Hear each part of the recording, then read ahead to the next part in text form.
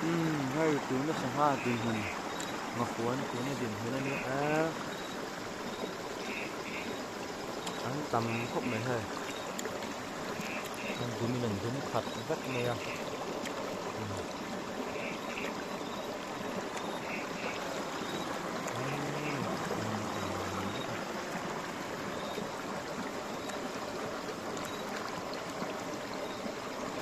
anh tầm khúc này ngon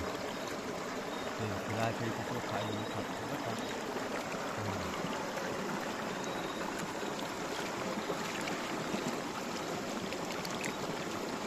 còn khúc này thì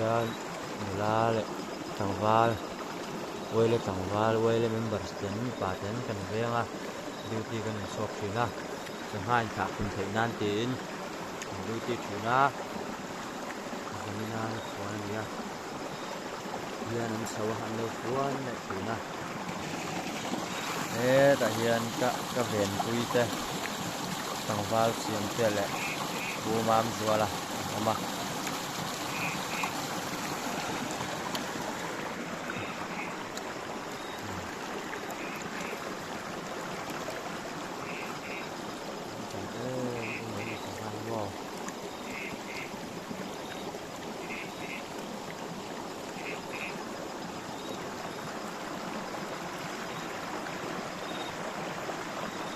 bạn hiện năm tệ lứa em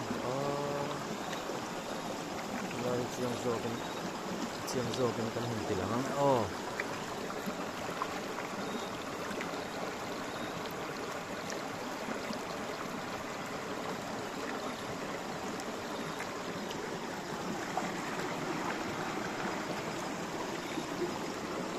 ha zong khan ni phot ro se anh fuan te a thalo pal angai a tuiten tui thalo thelo pal angai